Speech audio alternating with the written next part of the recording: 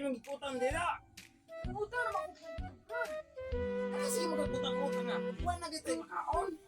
Sus, magdan. Ganyan ba kayo mga asawa? Wala na ipantong bra. Sus, anay mo. Guys! Ka. Ano ko rin mo? Makaon. Ano sundan? Lah. Ish, kaawan mo si Madam na sir.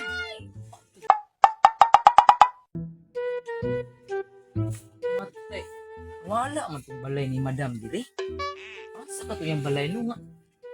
Judith ra ba niya ron kay ngutang ra ba ito akong kabon? Diretso ko dire babe, sinayang balay dire. Oo, may balay ni Madam. Yo! Yo! Sa manon ikaw ba na ba ni Ronoy? Maningil ko dam! Hala! Ano ba di ang Judith sa kong giutang nga panti ubra? Sa uman ako ni Rono, ang kwarta.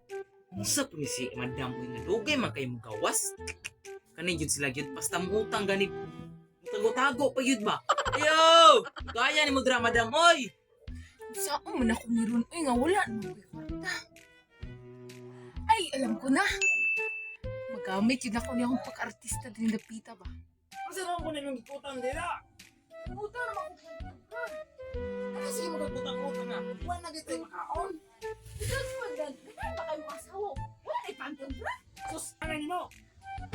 Guys! Ka. Ano ko rin mo? Makaon. Ano sundan? Lah. Ish, kaawan mo si Madam na sir. Yung maamong na siguro taan ni.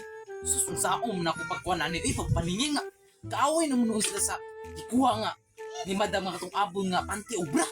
Sus, balik na lang guro ko ani ugma kay ron. Kasi dili na sila mag-away. Siguro doon yun ako nga wala si Sir Baki. Sa ako man tuninga nga. Pag-away mo noon sila noon. Kanigid si Ma'am patakataka ragutak-utang ba niya. Dili day makabayad ay. Sus, mabalik man siguro ko si Maamong pudra. Wala na sis. Huwag na ako bakit ay. It's the motherfucking Eagle Double G.